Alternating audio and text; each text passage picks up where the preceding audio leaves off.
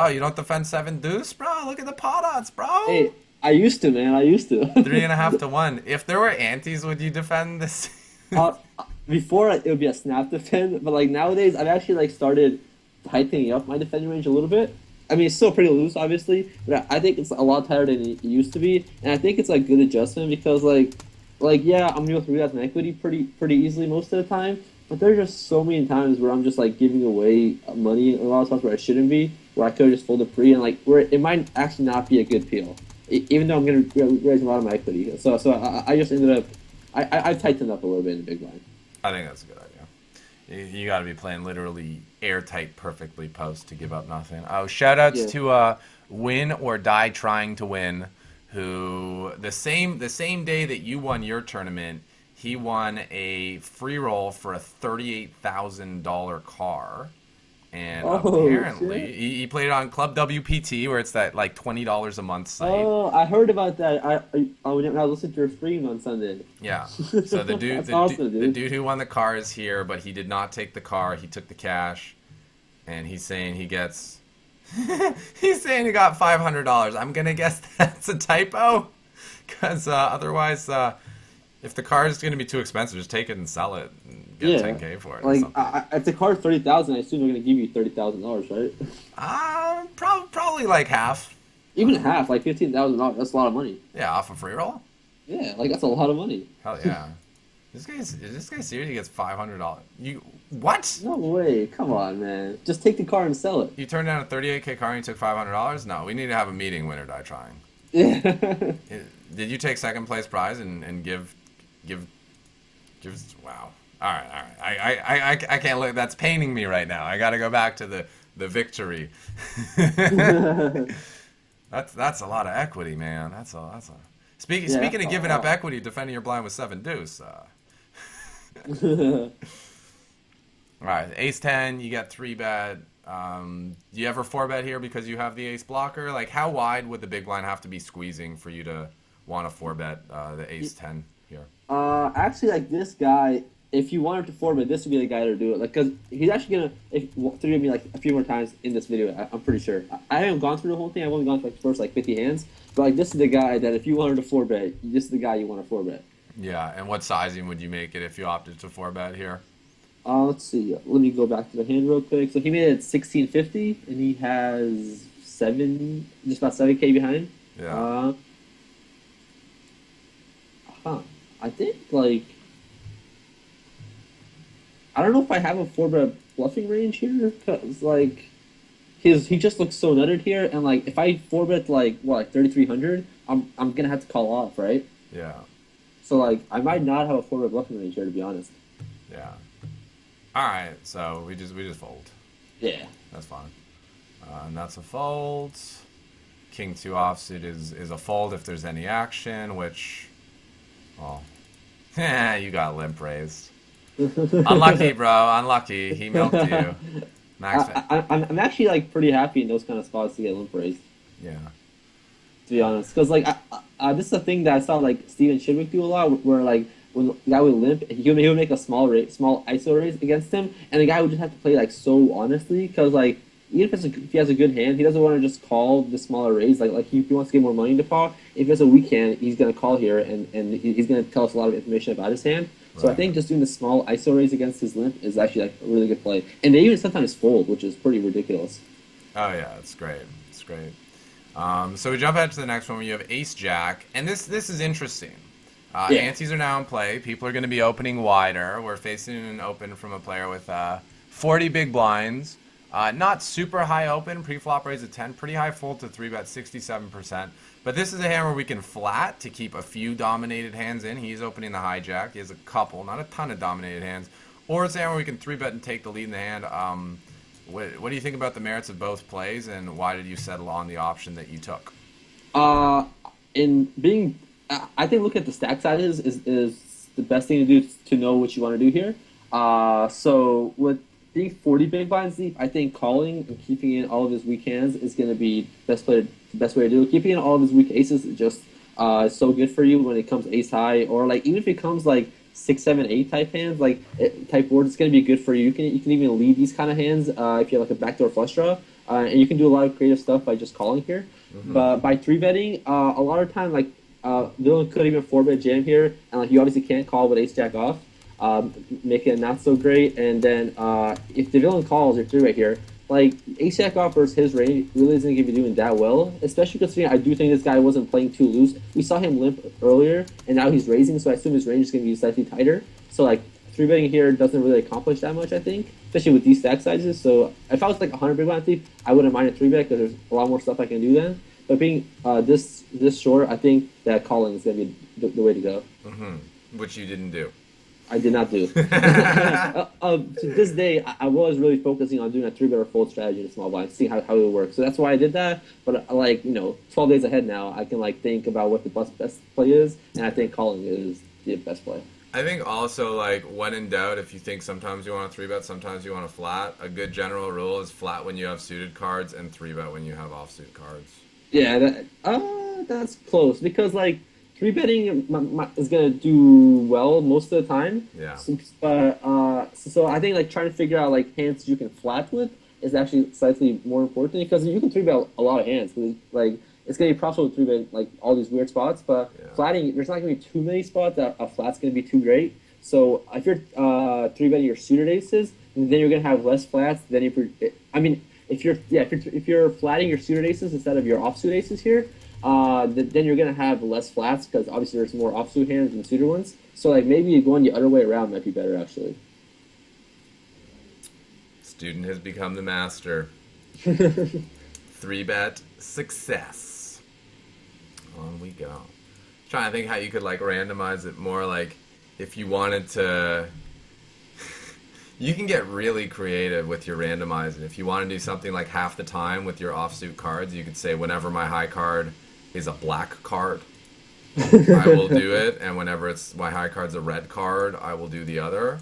There's some pretty creative ways you can get into randomization. I have done some serious study on combinatorics and that stuff, but like that's when you want to get super GTO, which I don't really think is required for I know a lot of run-on-once guys have like this like random number generator like on their tables. So like so if it's like higher than a certain number, they'll do that with a certain hand, and if it's like lower, they won't do it. I don't know. It's like so weird. Like they have like their little things. I don't know. Like it's too much. You know who started that actually? Who? This goes way back to like 2004, 2005 when Harrington on Hold'em came out. The tournament series. Dan Harrington, the guy who Action Dan, final table the main event 2 years in a row. I remember.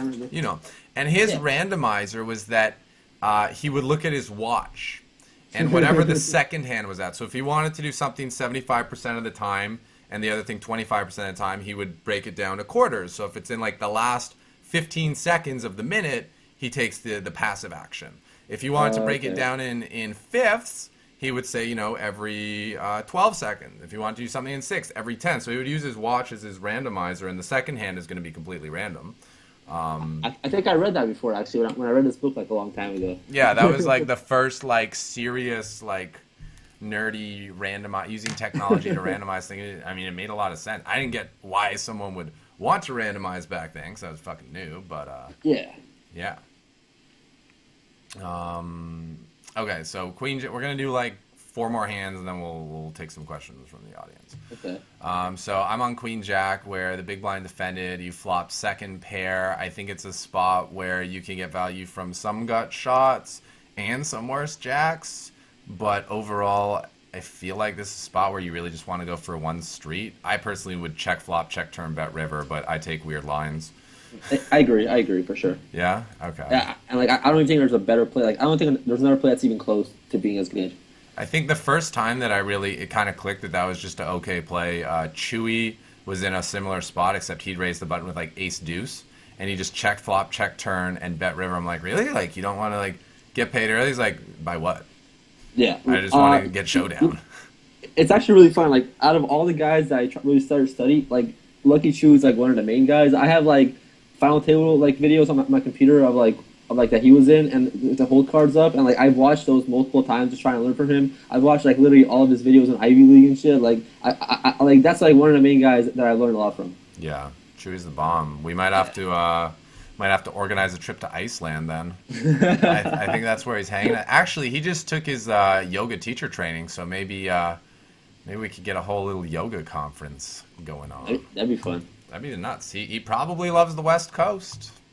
Yeah, like he has a house in Vegas. I'm pretty sure. Yeah.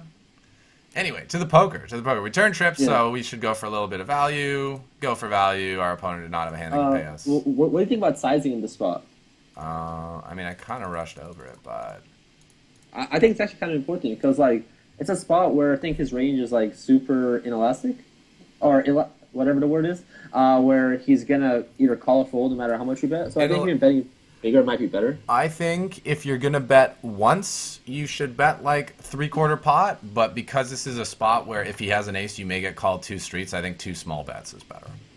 I think he calls 2 bets often enough that going on the smaller side is better. But I can see justifying going for like a 3/4 pot bet on the turn because if he has an ace, he's calling anyway.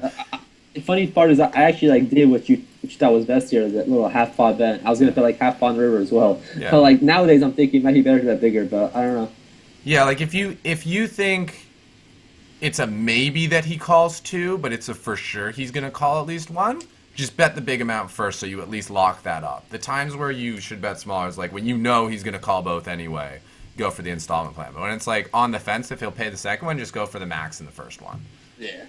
And get that value. All right, so we got the honeys. We win. No action. Black girls, my fave. 10-3, no action, no need. Deuce 9, no action. Why am I even looking at these hands? 10 deuce, you don't. Well, I mean, I do play those hands sometimes. Antes are there, so we need to see if you're in there. Okay. You never know with antes. Ace 9's kind of interesting, man. It's coming up in a second. Yeah, what's the story on this guy? He looks kind of just like a randomy kind of. I only have 100 hands on him. I have him playing 24-14 with a 3-bet of 8, which is like slightly high, but not really. And he's 3-betting the button, and it's like if he had 3-bet like any normal size, I would just fold. But making it this small, I just think he's out of appeal. Yeah. Really? So, because this, I always fold like a nit bitch. These 3 bets, but then I saw just how wide people are 3-betting the button, and it's like, yeah, I can't let them get away with that. Yeah, like we're getting 3-1. You know, like how bad could it be here? Yeah. Thoughts on 4-betting as opposed to flatting with a hand that you think this hand flops well enough in a re-raise spot? I think it flops okay enough for a button 3-bet, small 3-betting range with a 3-bet of 8. Yeah. But like, you know, it doesn't flop well, obviously. Yeah. Okay, so you flat, and on this board with pot to stack ratio being 3, you're still able to get away from the hand if you get, you know, a 2 or 3 barrel all in? Yeah, I think folding to the turn bet. I haven't got that turn yet. I'm only on the flop. But I haven't got there either. Yeah, okay. Well, I'm just saying, like, if he bets twice in this spot, I think this is a fold for sure. Yeah. Because, like, I have a lot of ace jack, ace 10 hands, and like I even have some. I have ace queen in my range for sure. So like him double barreling here, you know, I don't know if he does. I don't remember the hand, but in general, if he double barrels here, I think it's just so strong here that I think ace 9's a fold. Yeah. I might be too nitty in these kind of spots, but I think that's the way to play it. Yeah. So we check call, and I mean that if we know like how much action we can actually give post flop, then we justify taking the odds pre flop. Whereas if our plan is just, if we hit the board, we're just going to stack off, even against a strong range, then taking the pre-flop price was a mistake. And that's one of the reasons I would fold pre-flop is, like, I don't trust myself to just flop pretty well for my hand and then be like, you know what, it's not good enough. Right. But with that kind of discipline, you can justify it. So I guess that pre-session meditation helped. For sure, that yin to win. So check. And then what do you think he has on the river? Okay, I would almost always fold to river bet here. Yeah. He bet so small. It's not really small, but it's pretty small considering like the board. You know, like he should be pretty polarized in this spot. So like I think the worst hand he can value bet is ace king here, which may or may not check turn. I expect him not to. Mm-hmm. And then maybe he has jacks, but I think jacks probably just check that flop. Mm-hmm. As for bluffs, it seems really weird to to like turn like some random like king nine suited three bet into a bluff on this river that he didn't bet turn. So like it's tough to think of any bluffs he has, but it's also tough to have too much value. So like I don't know. It was a close spot. I almost folded, but I ended up finding a hero here. Nice call, bro. Thanks, man. Nice call. Good thing you defended to that 3-bet with ace nine offsuit. Fuck you. Really worked out for you there.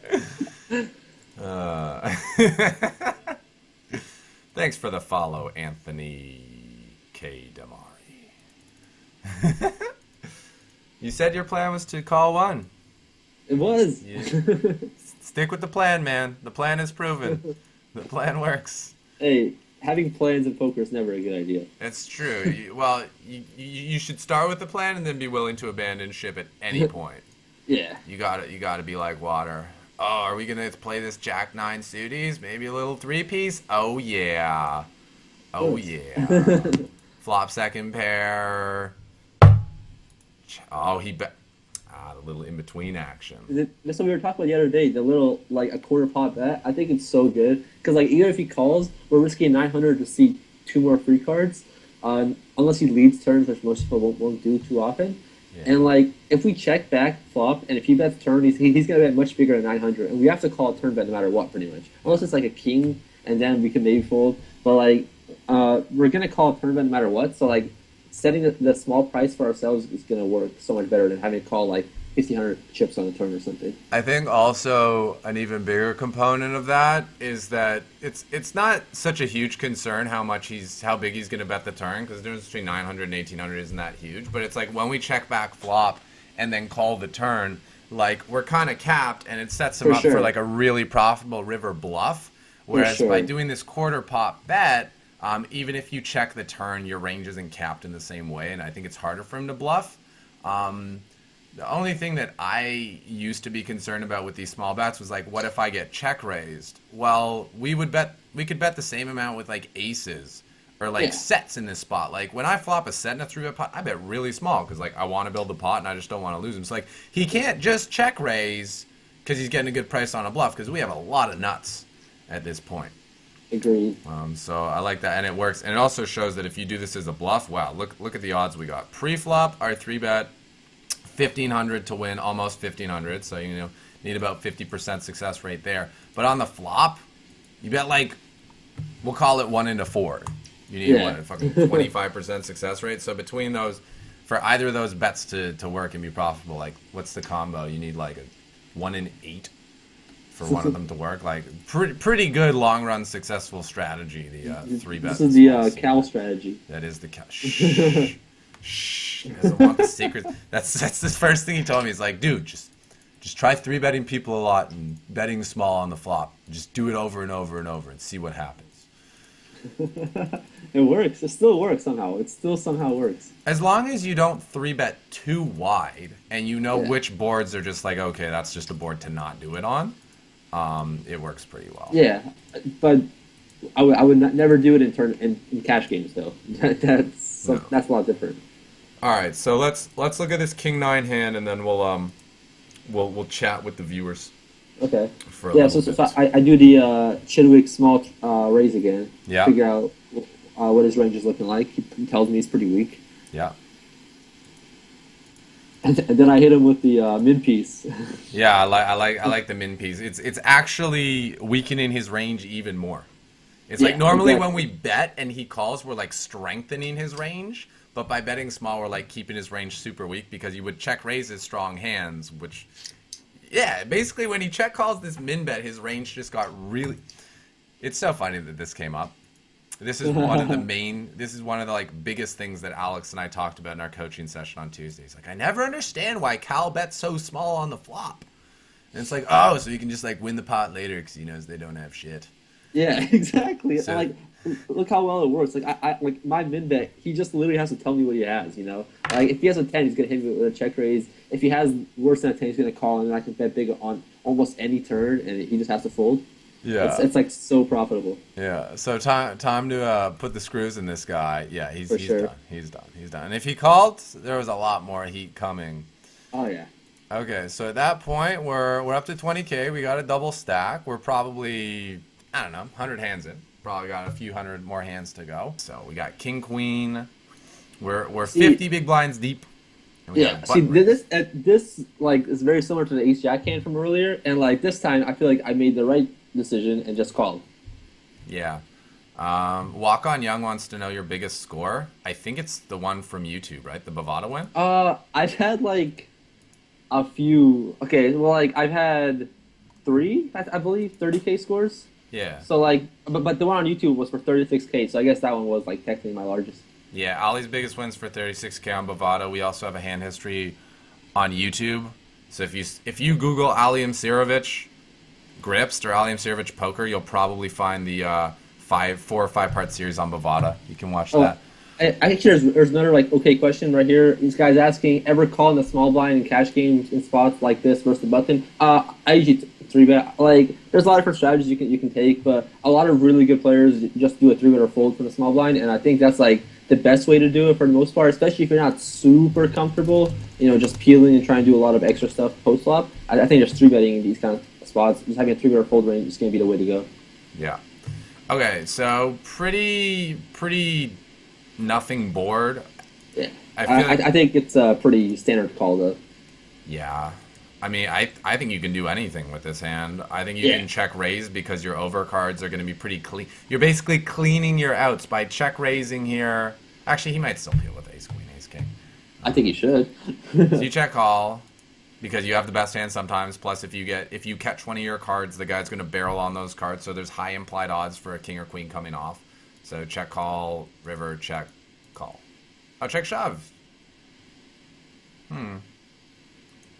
I mean, I know you like river top two. I feel like it's still like, I mean, it can't be that thin. You're only afraid of aces and a three and a six. But like, do you think he calls this check shove with just like king ten or? I think it's too. I think it's really thin. I think it's like it depends on a player a lot. And to be honest, I only had 40 hands on this guy, so I can't even say I had a read. Yeah. I think I just thought that he was willing to go lighter, but like I have no reason to believe that, to be honest. Let's see. He bet half pot on the river. I do think he would bet half pot on the river with aces as well. Yeah. And like it's really tough to get called. Like if he has ace king, I don't think he would barrel.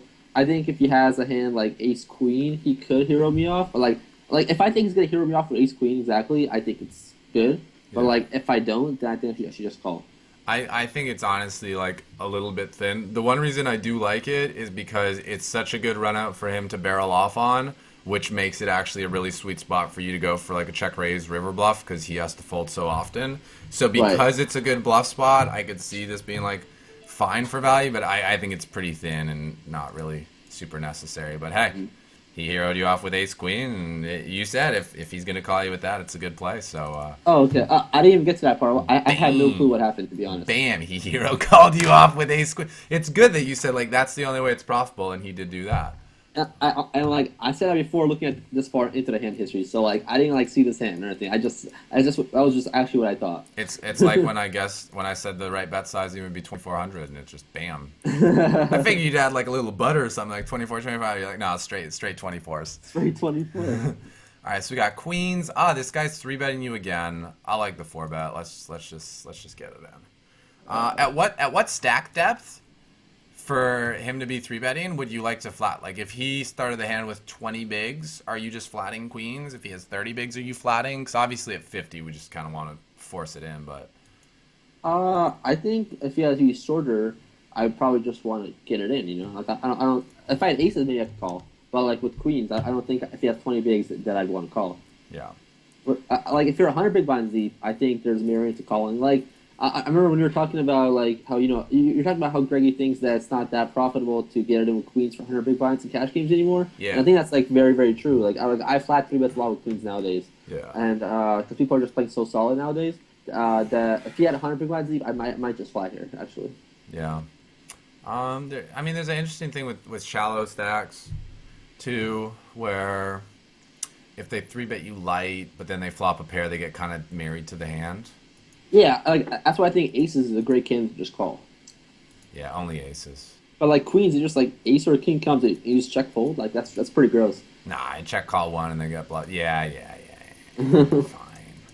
Let's just get back to raising and calling 3-bets with ace-6 suited. Is this going to be a fun one? Hold on, let me get to the hand. Is this going to be another king-9 suited repeat where she tells you you played it horribly and you're like, yo, baby girl, pot odds. Okay, yeah, this is a very, very standard call, okay? Once Not we what anybody open, says. yeah, once we've opened and we're getting 3.4 to 1, easy call. Yeah, very, very easy call. Oh, you lose, bro. On this board, I assume I just check fold. Yeah. Okay, yeah. Oh, hold on one sec.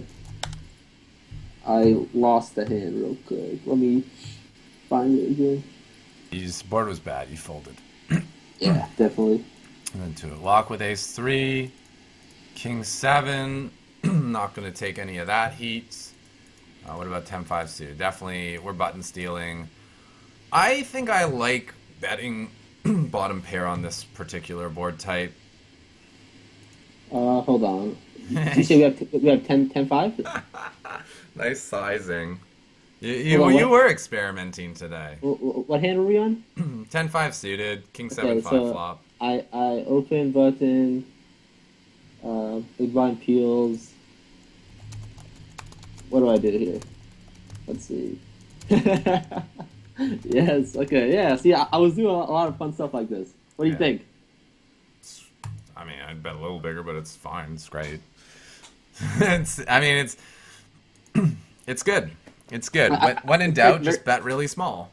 Yeah, it's like very similar to like Jack 9 suited hand, except it isn't a 3-way pot. I just like it's a good board for me. It's very hard for him to hit. Even if he calls, we're gonna see 2 free cards here with 10-5, and he's gonna give us a lot of information what he does. And if we can barrel off what we want to, we can do a lot of fun stuff here with the min bet here. Yeah, I think I might like it better if you had a less vulnerable hand. Like if you had king 5 of, well, not king 5 because that's like king 10 of diamonds.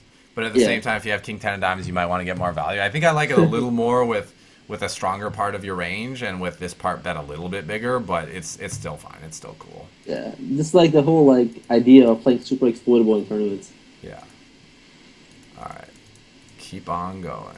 Queen 6 off folds. 3-7 off probably folds. What happens if I press this button? It just goes to the end of hand. We don't want that. Fold. Ace 8. Let's see why you didn't open. What are the stacks? Let's see. Because this is a spot where I always thought it was a fold, and then a bunch of people convinced me it was an open. And every time I've opened these hands, nothing good happens. So I like folding them. So I like seeing you fold it. I just feel like it's too many players to get through. Yeah, and like if they're all super tight, it'd be fine. But like, I don't think any of these players are like especially tight. Other than Try Me, of course, because he's a nit. But everybody else seems to be like playing with normal stats. Yeah.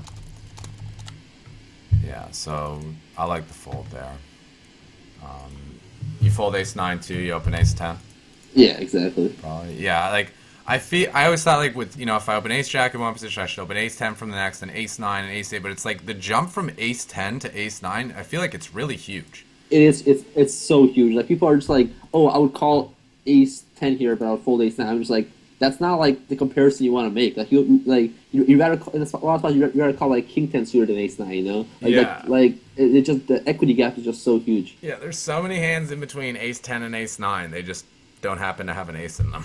Yeah, and people are like, I would call ace 10, but I would fold ace 9. I'm just like, okay, would you call this hand? Would you call this hand? And they're just like, oh, I don't know. Yeah. All right, so we do defend jack 10, and on this board, I'm about to say easy check fold, but a great spot for a check raise, but you went for the check raise.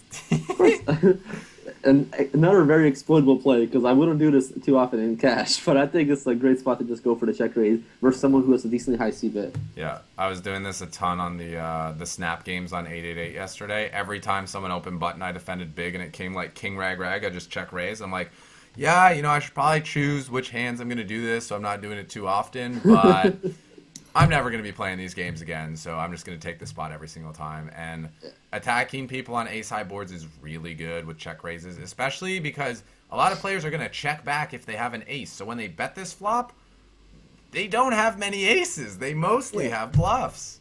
And they're not going to c-bet their, like, kings and queens either, So, like, you just have like suited Broadways a lot, or like 7-8 suits and stuff like that. That you just have to fold if you get check raised. Yeah, like I think if we were picking the best hands to do this with, like 7-8 of diamonds or anything that has a 3 flush and a 3 straight way is better good, to jack 10, way better. But whatever, great play. I like these moves work really really well, especially on these U.S. sites. Like the weekends that the few times I really crushed Bovada, I was taking those spots every single time.